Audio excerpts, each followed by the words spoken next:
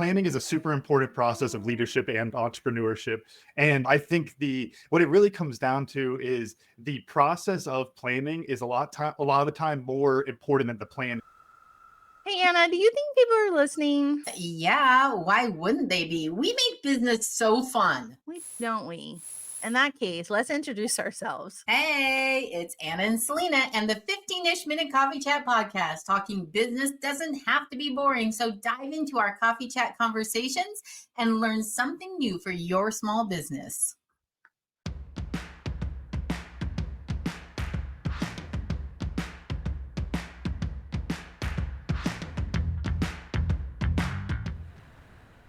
Hey guys, aloha. Welcome to season 15 of the 15-ish minute coffee chat, a conversation providing tips and tricks for every entrepreneur and business owner. Now, leadership isn't about what's on your business card. It's about what you do every single day. In this episode of the 15-ish minute coffee chat, our guest, Camden McGregor, and his daughter, Clementine, a leadership coach and VP of operations at Tribe and Purpose. Camden believes that anyone can lead, no title required, but it takes commitment, action, and a passion for developing others. Now, drawing from his expertise, coaching high-level rugby teams, mentoring entrepreneurs, Camden shares a powerful perspective on how leadership is built through growth, not authority. And whether you're leading a team or leading yourself, this episode is going to show you how to take real, meaningful steps towards becoming the kind of leader that people want to follow. Hi, friend. Hi, how are you doing today? I'm really good. I'm super excited for today's conversation. And I'm seriously excited because you and I have ventured out and we've met guests in real life and said, please be on our show. And today's guest is one of them. I love that we met him and his dad at the Veterans Edge conference in Dallas. And we were like, want to come on our show?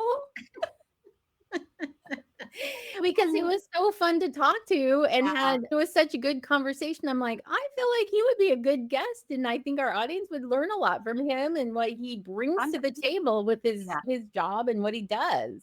Yeah. No. And hey, guys, this is how things happen. And don't think it's just like you shake hands and you walk in a networking circle. We met because we were all eating lunch and we had a table that had some seats, and Cam and his dad came and sat down because they knew another fellow entrepreneur on the table. And that's how we all got connected. And we talked about a lot of things. For me, I think because I come from Hawaii and because rugby is the thing there in Hawaii too. Also, I've lived in Tahiti and all these other places where rugby is the main sport. Cam mentioned rugby. And so I was like, oh my gosh. So anyway, before we go on and on, because look, he's got Clem today. Okay. So we need to make this quick, guys, because we all know as parents how it is for a 6-month-old to join a podcast. She's got things to do, naps to have, all the things. So Anna, what's our call to action question? And then we'll dive right into his bio. Okay. Today we are talking about leadership, not just being a title, but being action that you take, right? So our call to action today, or our question for our audience, is what action have you taken recently that made you feel like a leader? And I really love this question because how often do we stop and think to ourselves, I'm doing this to lead, right? Or I'm doing this as a leader. Like a lot of these things are just very natural actions or reactions that we take depending on what the circumstances are. But how intentional are we being about our leadership? And that's really kind of what this question's asking. Yeah. And some people are scared to be leaders, but you shouldn't be. And this is why we have Cam today to talk about these things. So I love this call to action. Please share your thoughts and comments in the comments or reply on the podcast on Spotify. It lets you leave us messages. So do the things, guys. Help us out. I'm going to bring up, let's see here. I'm going to bring up Cam's bio, and we're just going to read a little bit. Like, this is the guy that's coming in today. We don't have Clem's picture right next to you, but it's okay. But Camden is a leadership coach and VP of operations at Tribe and Purpose. So where he supports entrepreneurs and teams in developing actionable leadership skills. So with a background in small business, coaching elite rugby teams, you guys, and working in youth mentorship, Camden brings a dynamic, people-first approach to leadership rooted in purpose and not position. Okay, guys. We're bringing on the gang. So here we go. Here we are. Hey, there she is. Did you realize that when I said Anne Clementine, I was like, oh my gosh, I just texified her name, right? It's all right. You can translate it. It's fine. It goes both ways. Clementina, Clementine, Clem, that's all right. I did. That's why I stumbled. I'm like, oh no, I texified her beautiful name. That's all right. All the Texans in my family will appreciate you doing that. We love that. Well, for show, you need to keep Dad on task today, okay? So we have only a couple questions for him before we get started. And maybe what you could do is hold up her bottle, but we want to do a coffee cup selfie with you. There we go. Yeah. Here's my cup, Dutch Bros bottle. Love it. Okay, that was our imaginary. So because we're moving fast, because as parents, if you're a parent, we got to keep things going. So we're going to go put everyone in the right places. And we're going to start with our first question.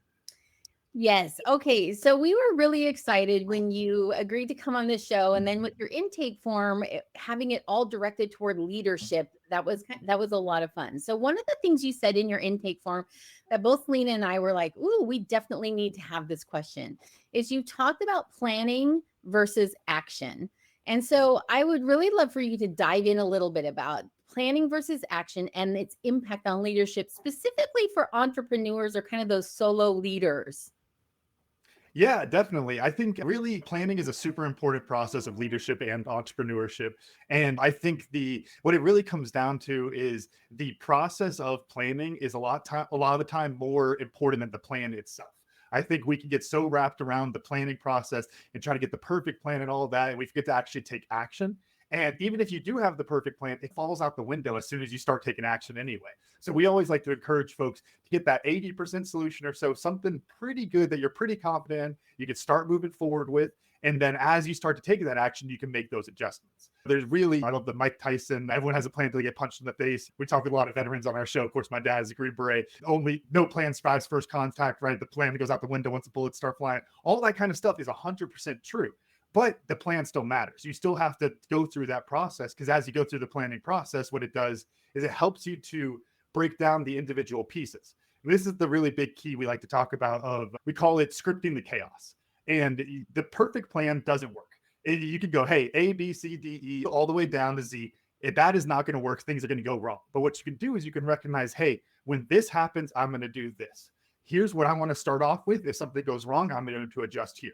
I always like to compare it to getting in a fight. I love UFC. And look, you can't say, I'm going to throw this punch every single time at this time and it's going to work. But I can say, hey, look, Selena, when you throw that punch, I'm going to block and I got Clem here, but then I'll throw this punch. And that by scripting those small pieces of the fight, you're able to script the chaos of the fight. And the same kind of thing happens in entrepreneurship. If you're able to script those small pieces, then that plan, even though the plan is completely messed up and out the window, you're still able to move forward with confidence like you have that plan. Okay, I love this so much, only just because, thank you for saying it's great to have a plan, but just it's this flexibility that you need to know. You have to be able to bend, because sometimes you don't get to move forward. I love that. Sorry, just Anna, go ahead. No, I was going to say the exact same thing, only what I really liked about this is that you're saying you build this plan, and then I'm assuming that as a leader, you're building it with input from whatever team members or contract workers or whoever is surrounding you.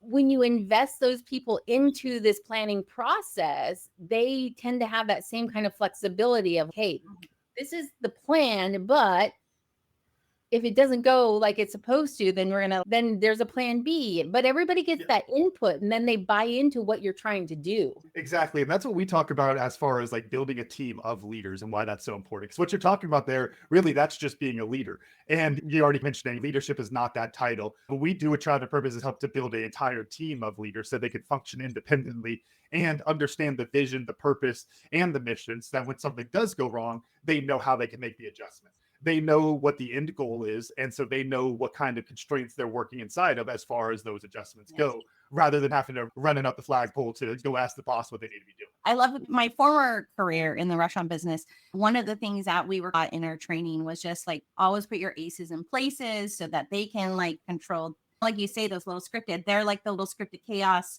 fire putter outers in the areas that they excel in. That was a part of the planning that made sense for us. And I remember times when there was somebody that it was very like 1 through 10, and they're like, Selena, we didn't do 2 or 3. And I'm like, it's going to be just fine. It's going to be just fine.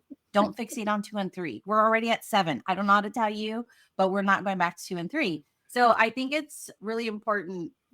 What you said is just remembering this is such a great conversation so far. And we only just started, Clem. You got to be flexible. I think that's what it comes down to. I think in the rugby coaching environment, you get 15 guys out there on the field. You got 8 guys on the bench, 23 total, not even count the rest of the team. You got 3 teams out here with U of A. So 75 guys for us. But you're talking like specifically in a game, you have the same kind of things. I myself as one of the coaches, I'm a leader there, and I work in Selena rugby. So I work with the forwards. So I have my 8 guys out there. They're doing their thing. I have adjustments, but I have guys out there who are making those same kind of adjustments. And you have the leader who can go in and say, hey, look, here's how we're going to do things. But then there's an individual level where it's like, to use the really simple example, there's in rugby, there's scrums, there's lineouts that we work with where it is very much team-based. Everyone has to be working together. That's where you need the leader to step up.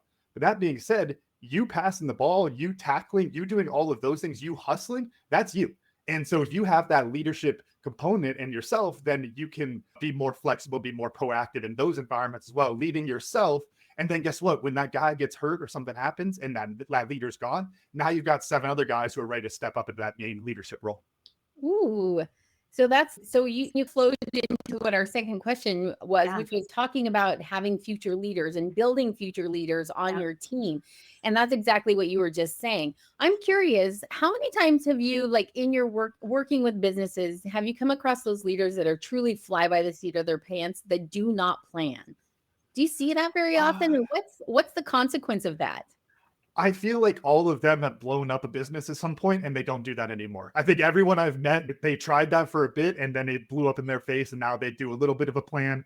Or more, actually, I think more often than that, they have somebody on their team who's got them on a leash a little bit and pulling them back. All right, settle down here. Let's talk about this a little bit. That CFO or whoever it is that comes in and makes sure that you're not just going to burn the business to the ground, right? Right. Yeah. That makes sense. I like that. There is people like that always need to be on a leash. So next question, Anna. Let's go. Clem's, come on.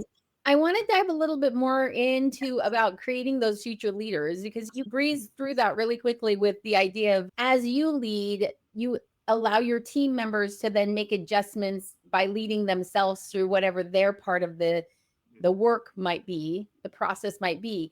And then if you have to step away, they can still function without you being at the helm directing the entire time. So what other components are required to build these future leaders so that at some point you can step back a little bit and let it be a well-oiled machine?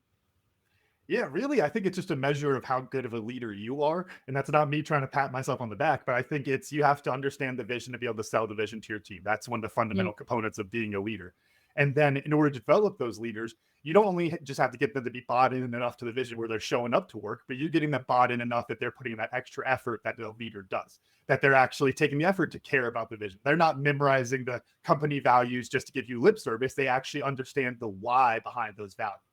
And so once you have them bought in with that, then the key is to give them the opportunity to develop. We had one of our friends of the show, Zach Montroy. He made this joke a while back that it's a lot of folks get out there and they buy the Ford Focus. Okay, be a Ferrari. It doesn't work like that. If you have a good boss, a lot of bosses, they might buy you the book to make you better at your job. They ain't giving you time to read it. It's all extra. And I think one of the things we work on with our clients is building in that time into the schedule for that development. We call it work-ons. So this comes from my rugby environment we start off practice, we give them 15 minutes of work-ons. Just go do something that you need to do to get better at your jobs to help the team. And what that does is it shows that, one, we're committed to their development. So that's good. This shows that we're bought in with them. It gives them the opportunity to develop themselves and actually get better. I'm spending that time developing myself and getting better. So they see that I'm bought into the process. So they're going to buy into the process. It shows I really believe it.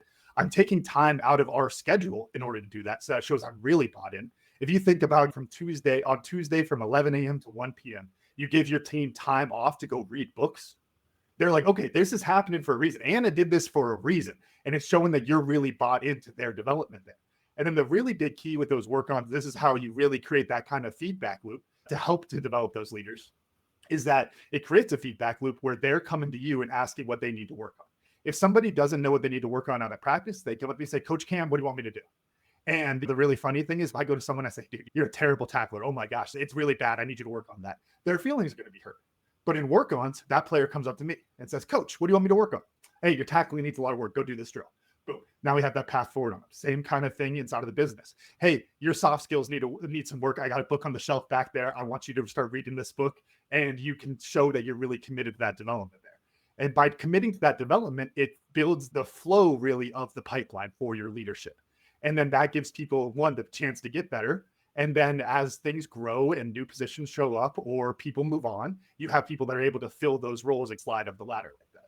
Oh, I love that. I want to like almost add a work on, like, I love just that the whole like motivation behind it and how it really helps so soften the mindset like for the development, right? Because you're right. Sometimes it's like feelings and people are like, you've hurt my feelings. I can't focus on what you're telling me I should work on. And you're like, no, that's not the focus. We want improvement. And that's why I'm here, is to tell you what needs a little tweak. And so I'll tell you, I did a series of articles on leadership I wrote last year, and I interviewed a bunch of CEOs, presidents, HR directors, and those kind of folks. And it was so funny to me because I don't know, it's one of those, I'll give a quick story. There's a joke we have in the rugby space of it's like communication is like the golden rule, right? And it's like, hey, what can we do better here? Communicate, coach. It's like, all right, yeah, that's always something we could do better. But the truth is it fits into everything. Leadership at a core level is just that, like communication. And so being able to communicate that properly really helps to set up that path to where you're able to develop those people and get it moving forward. But with those HR directors, every HR director said, Cam, all of the employees want feedback. They don't know where they stand. And every CEO I talked to said, I'm scared to give feedback. I don't want to get sued. And it was this hilarious dichotomy there. And that's why you need these feedback loops built inside of your team. Yeah, and it makes it self-sustaining because you have now your team members are looking forward to this opportunity to work on things that they think are important to contribute to the betterment of the entire team as a whole, right? It goes right back to like the title of the show, which is basically it's about action, right? Your leadership is about the actions you're taking, and whether that action is allowing your team members to take action or you taking action, creating these plans and allowing for this environment of thriving and movement and forward momentum, as opposed to you will do what I say. We have a schedule from 9 to 5. This is what you're going to do every single hour. Like, I totally see how, especially now, and if you think generationally, the younger generations absolutely will thrive better in this kind of environment you're talking about, where there's a little bit more autonomy to figure out who you are and what do you want and how you best can contribute. Yeah, and I think that's where it's got to give folks credit. I think that a lot of the time there are people who you think like from that really iron fist management. I always think of ironically holding her here as she's falling asleep. The dad school of leadership, we kind of joke because I said so. That's why. And 9 to 5 and do these things and all that kind of stuff. You know, the problem with that is it keeps them inside of that box and it keeps them from being flexible. And when you encourage things to be more open-ended, it helps them to be better leaders and it starts to build those skills out. I always talk about asking questions in that kind of way and wanting to make sure that you ask questions that are open-ended and can get them to really think. Even if I know the answer, I'm going to ask questions. I'm never going to tell you the answer. I'm going to get you to tell me the answer. And by doing that, you're training them to look for new opportunities. You're training them to find solutions when you're not always going to be there. One of the easy examples, and I'll use a rugby one, is, and I do this with the little kids out with the Engage Foundation, which we'll go out and I won't explain the rules fully. And I'll be, hey, we're going to play a game called Tag Touch. We're inside of this square. This team has the ball. You're trying to tag that team. You can't run with the ball. Questions. They go, what happens if we go out of bounds? Good question. You're out. Okay, great. What happens if we drop the ball? Nothing happens. You just keep going. And what you do is you intentionally leave out information. And what they do is they ask questions. And now they're trained to ask those questions. So they're always looking to expand their knowledge. I love that. Okay, so what do you say to those CEOs who say, I'm afraid to invest that much into my team because they're just going to leave and go somewhere else? What do you say to those type of leaders where that investment is a fear factor to it? I'm going to spend time and money and then they're going to leave me. If you're scared people are going to leave you, then you're pushing them away in that weird way. I think that's like a self-fulfilling prophecy thing there. But really, I think you're just being selfish. It's this idea that I have this resource not pouring into you. And if you're not going to use it for me, then it's a waste. And I think that is just such a selfish way of looking at things. Really, what it comes down to, I like to think of it as like a family tree when it comes to leadership. You see this in sports all the time. Like you go look at like Nick Saban with Alabama. And you could draw out his family tree to all these different assistant coaches, how they went on to be these head coaches at whether it's LSU, Texas A&M, wherever, these big schools, right? In the NFL, all that kind of stuff. Nick Saban's not sitting there going, gosh, they took my assistant coordinator. Oh, guess what happened? They took my offensive coordinator to the freaking NFL. He's getting millions of dollars. That's awesome. I did that. I helped him. And I think if you carry that mindset, then, you know, it's never going to be about me pouring in and then them taking away from the company, because also you're pouring into everybody. It's not just putting all my eggs into one basket. So you have someone else who's ready to rise up in that leadership role. And then if they go find a better job, you're the one who helped them along their journey. And I think that's a beautiful thing to do. At a core level, leadership is about helping people, putting them in a position to achieve and to be successful. And if they can be more successful somewhere else, awesome. Good for them.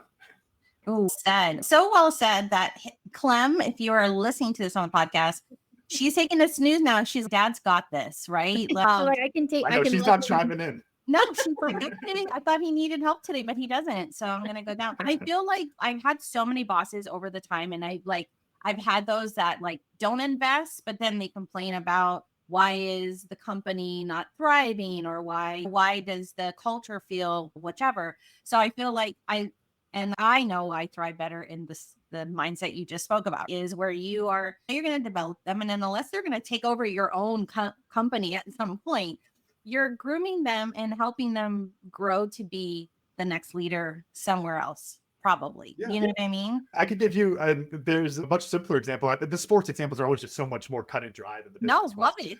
We could have a player, and like I mentioned, we have 75 guys out there with U of A, and we got a recruitment class coming in, and it's an amazing place to be. We have all these guys, but then you go to someone at some point, you're like, hey, you have 4 people in front of you. You ain't playing. Like it is like, unless something terrible happens, you will probably not play for the next 3 weeks. And that's just where we're at. And a lot of the time, they're okay with that. They understand the flow of the team and they know where they fit it. Do what happens sometimes. I've coached guys for a couple of years, and whether because they're homesick or because they're not getting playing time, they might go somewhere else. You know what? That's great. I got to help them for a couple of years. That's a beautiful thing. And I think as soon as you start to, kind of like I was saying of a self-fulfilling prophecy, as soon as you start to try to pick and choose who you want to develop like that, you poison the culture of the team. And if you invest into everybody and always want to invest in them, raise them up, and that raises the whole team, then that's a powerful place to be in. And you're going to build that leadership pipeline out, and your team's going to be so much more effective. That's such a good answer. No, I love it. I'm going to go sport too, right? I played basketball in high school. JV, I was first string 2 years straight, right? And then when I finally got to varsity, I was second string, and I was like, oh, but then I realized like our varsity coach was like, hey, Selena, like you want to get back to starting? This is what we need to work on. You're at another caliber of skill, right? And so I realized if I wanted to be starting like I was in JV, I had to work hard too. But they made it a very inviting way for me to grow as an athlete. And eventually in my senior year, I did make it to starting, but I had to work hard. So it's the curse of success. Now you go to the next level, and then you got to compete at a higher level there. And I think it's just how it goes. You know what? That's not for everybody. That is how it goes. I think of, I'm thinking out with the U of A, we got guys, we're out there, we want to win a national championship. We also don't really cut players. And there's guys that we go to, and it's, hey, Selena, yeah, 6 guys in front of you. You ain't playing this year. You don't have to pay dues. What do you want to do? You might want to step aside. And they're, no, coach, I love it. I'll be here. Awesome. That is so cool, and it's so fun. You need people like that on your team too. They help to drive the culture. They help to build camaraderie inside the team. But the management versus leadership difference, sometimes there's people that need that management, and they need that list of 1, 2, 3, 4, 5, 6, 7, 8, 9, 10, and they'll go in order, and they'll do a great job at it. And you can slide them into that spot, and they'll be effective there. But that goes down to just knowing your team and knowing the people inside of, is this somebody who really wants to get better and wants to thrive? Or is it, hey, I like this paycheck and I'm going to be content right here? Yeah. So true. Oh my gosh. Okay. I know. We'll get ready to close, but I do have one last question for you. And this is a personal one. We're all right. She's sleeping. She's fast asleep. I love it. Okay. At this point, we got to go for another 45 minutes just so that we can get her full nap time. Because I have lots of my dads. No, just kidding. I feel like you got her to sleep just from the tone of your voice. She's, yay, Dad. I love these. Oh, yeah. Okay, so our last question today really is a personal one. So it's about you. Like, how do you personally, Cam, how do you stay committed to your lifelong learning as a leader? Yeah, I think the biggest thing is just staying your biggest critic, I think is the best way to put it. I've always been my biggest critic to a fault. I've struggled with depression, anxiety as well. I've definitely gone on the far end of that spectrum as well. But I think being able to be critical of yourself allows you to find the ways that you need to get better. I think if you're thinking you're doing a great job, then you're not going to be able to do an even better job.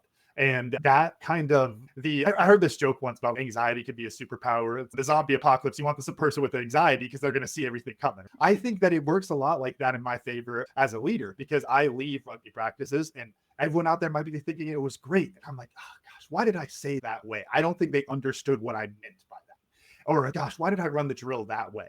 And I'm always trying to poke holes in that just as a way of getting better. And then I think when you do that, it helps you to find those ways to get better. But then the thing that I like to do as well is expand the horizons into other areas. Even for, take a rugby example. I love watching other sports and seeing the way they move around, seeing the way they function, and see if I can apply that into rugby. Seeing how different businesses operate and seeing how I can apply those leadership lessons to other businesses to help other clients. That kind of broadening of the horizon allows you to come up with much more creative solutions. And also it just makes it more fun. Like at the end of the day, come on, like it is so much more fun when you are researching all these different things and trying to learn rather than just staying in one specific thing. It goes back a little bit to what you were saying about what you should do for your team and giving yourself those opportunities to have that time of development, like reminding yourself you need this too. And whatever that looks like for you, whether it's reading a book or sitting down and starting to create a plan for something or whatever that development looks like. Yeah, that's awesome. No, I think what I'm always hearing is like, you have to just always continuously be willing to learn, because there's always something that you can grow and evolve. And because sadly, time does not just stay exactly how it is. You have to just want to kind of keep learning, unless you do. You be like my stepdad. He refuses, no cell phone. He's got the only landline on the block. He doesn't know how to turn on a computer. He's fine and happy. And there's nothing wrong with that. And you know what? There's folks like that. But at the same time, if you're a leader and you're like that, you ain't bringing on that next generation. We talk about some of those generational differences and the way people view work and those kind of things, and bosses and all that. Yeah, but if you're stuck old school, you're going to get old school people, and you're never going to be able to sustain your success like that. I was talking with somebody yesterday on a coaching call, and I brought up the philosophical idea of like metamodernism, of going through and trying to look at each school of thought and say, what is the thing that is most effective here that I can hold on to? And what are the things that aren't effective that I want to get rid of? When you talk about generational perspectives, the younger generation coming in, everyone's, they're entitled, all this kind of stuff. No, they just don't want to be yelled at. They know that you have no right to yell at me and treat me like crap. Yeah. That is a good thing. That is a thing that we should all carry forward into the team, right? You go to older generations. My dad, he's a little bit more swim or die. And I like to use that as a joke. He's a great leader, a little bit more of the swim or die old school type generation. Yeah. That you have to have that too. Take action, just like we said at the very beginning. You have to have those aspects as well. And if you corner yourself off and stop growing, then you're always going to be susceptible to that fall when the next generation comes in and they have a different way of looking at things and you're not open to learning about their perspective. Yeah. It's fantastically said, because you're absolutely right. Yeah. And I've found that most people have a leadership style that is their go-to. But if you've created that flexibility within yourself where you can then pivot and say, oh, this group isn't going to appreciate that, I'm going to instead pivot to this different style of leadership. That really is when you start to see that great leadership coming out, is when you can be with the old schools, but you can also be with the younger generation, and everybody feels nurtured and fed and invested in what you're doing. Yeah, that's awesome. Yeah. I think that's the key to being a great leader, is knowing when to use those different leadership styles. I can think back to with U of A rugby and with my forwards there, the forwards coach, I've had different captains come through and they all have different personalities. Shout out to James Rivers. He plays Major League Rugby now. Awesome player. One of the best guys I've coached. Great player. He was, I can't even repeat a bunch of stuff he said. He was a foreigner. He used lots of beautiful, colorful language, and he'd be yelling and whipping guys in the shape. And you know what I did all that year? They must have thought I was the nicest coach ever. I was like, hey guys, I thought we did great today. I think we can keep going. I think we're really good. We're growing. We're doing better and better. We're getting better every day. Great work today. And he'd be like, you guys, I can't say anything he would have said. But you go through that. And then this year I had a captain who was positive Polly. He was just, hey guys, I thought we did great today. They're really good. And I'd be like, guys, they didn't good enough. We got to fix this. Yeah. And being able to know what the team needs tells you what kind of leadership style you need to bring into it. And I think that's the key there, because you can stay authentic to yourself. and still have those different leadership styles. I can yell at people, and people are surprised. My wife is always, we'll joke, our social media girl will be out there filming our practices. And I'm like, she can't use anything of me because I scream and curse and all this. My wife's, what? No, what? If that's the leadership style these guys need right now. I'm not going to get them to go run around in this 115-degree heat out here in the freaking desert by going and being nice. You got to push them a little bit. No, and that just again speaks to the kind of leader that you are, is that you are flexible in that sense, and you know what role you need to step into each season, right? To give your team what they need so that you guys can get to the playoffs, the championships, all the things, right, that we're trying to go for. Yeah, man. That's the key. Yeah, that's the key. That is. Oh, yeah. And I think that it fits into, you mentioned it's like where you need to slide in. I think that's where sometimes the best leader is the first follower. I think there's so much truth to that. Personally, I know I slot in really well with that. I'm just an assistant coach out there, head coach with my little kids that I coach. I guess using the coaching structure, I'd be the assistant coach with Tribe and Purpose. But it's by slotting in those different roles, it allows you to get different perspective and know how you need to push your weight more strategically. And then it helps you understand those folks on your team, so you can know how to bring them in and build that kind of encouragement up. I think that kind of flexibility, again, it's the same type of thing, broadening your horizons, being in different roles, I think helps so much. My dad will talk about in his Green Beret days about cross training and going and switching roles with somebody for a week, just so you can go see how they're doing things, learn how they operate, have some sympathy for them, but then also you get a new perspective to bring into your role. And I think there's a lot to be said with that in leadership, of knowing how things work every way throughout the organization allows you to be more effective in your role as a leader. I love that. My brother-in-law, he took over his dad's company back home in Hawaii, and his dad said, hey, I'm not just bringing you in as VP from the very beginning. He started him at the lowest part of the company. I need you to understand so you can be a good leader when I leave and step out. And he did. He started at the bottom, and I think it's the best way. I think it really is. Yeah. Okay. All right. So even though we want to ask Cam and Clem 10 million more questions, I know we have to move into our toolkit here. So I'm going to bring up this here let me see what we're doing here. Hold on. Okay. There we go. I'm so close to using one of these burp cloths as a sweat rag. It's hot out here. She's away. There we go. She's a little cat nap, just a little cat nap. Oh yeah, a little one. Yeah. Oh my gosh. Okay, you guys, we always have a toolkit, and we always ask our guests before they come on the show, is there something that they have that they could share for our audience? And Cam is going to tell you what he's sharing today. Yeah, so this is our DIY page on our website. I always talk, Otis and I, my dad, we're both just a bunch of leadership nerds. We love helping people. There's the business model. We got to keep the lights on, got to get her in college, or all those kind of things. But at the end of the day, we just want to help to develop more leaders, create that legacy of leaders. And so we do a lot of stuff that we put out there for free in our do-it-yourself leadership development systems. And you see right there going left to the first one, the show, that's 10X Your Team with Cam and Otis. That's our podcast. We've been doing that for 6 years. Episode 417, I think, comes out tomorrow. It's been an amazing run. A lot of fun talking with some amazing leaders, all sorts of different backgrounds. When I was talking about staying a lifelong leader and learning from different perspectives, podcast is the way I do most of that, because I get to talk with all sorts of different folks. So that's a great one. A lot of great leadership lessons there. And then the next piece, this is actually the one of our DIY things that is paid. The playbook right there, that is basically a simple playbook to help you to build out a leadership development system for your team. And then the last two there, the masterclass and the articles. The articles I mentioned, those are the ones I was writing last year, interviewing the CEOs and HR directors about leadership development and the role that it plays in their business and their business's success. And in the masterclass, we do a level up your leadership masterclass once a month. Mostly Otis, every now and then I'll make an appearance on there, or Miss Clem will make an appearance on there, but just always doing a deep dive into some different leadership topics to help you to just keep improving. Like we talked about, that lifelong learning. That is our approach to when it comes to leadership. And life, what is the phrase? Life is a constant state of change. It's up to you if it's growth or decay. If you want to grow, then we got some great DIY tools for you on our website. And I know y'all will have the link, but that's at 10xyourteam.net. Real fast. The growth or decay. Oh, it's such a good, you know what I mean? Yeah, that is. It's just like your muscles or anything. You're going to lose it unless you're working on it. It's how it goes. Same thing with the brain, leadership skills, all that kind of stuff. And that goes back, Anna, one of the first questions you asked was about, it's not about the title. Anyone can be a leader. Well, that's why, because it's just a skill. Anyone could be a freaking bodybuilder, rugby player, whatever it is. If you dive into it, you commit to learning and getting better, you can do it. Yeah. Ugh, so true. Oh gosh. I hope there's a t-shirt, Cam, that you guys made that says growth or decay. Do you know what I mean? Ooh, we'll get on that one. That needs to be in a drop ASAP. Okay, Cam, I'm going to move to our next slide here and tell everybody they need to connect with you because you are amazing. And just this conversation today has been fantastic. Where's your favorite place to hang out? Where do you want them to go?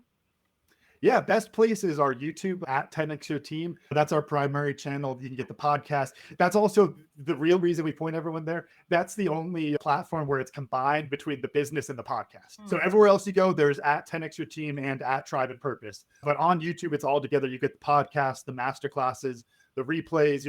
We have a bunch of free content from our Green Beret Leadership Program, which is for small businesses developing their team of leaders. And we have, I think it's 40 free videos out there on our YouTube from that, covering all sorts of things between alignment, making sure your team is aligned in their purpose, vision, and mission, to building that leadership pipeline, all sorts of awesome things like we talked about today.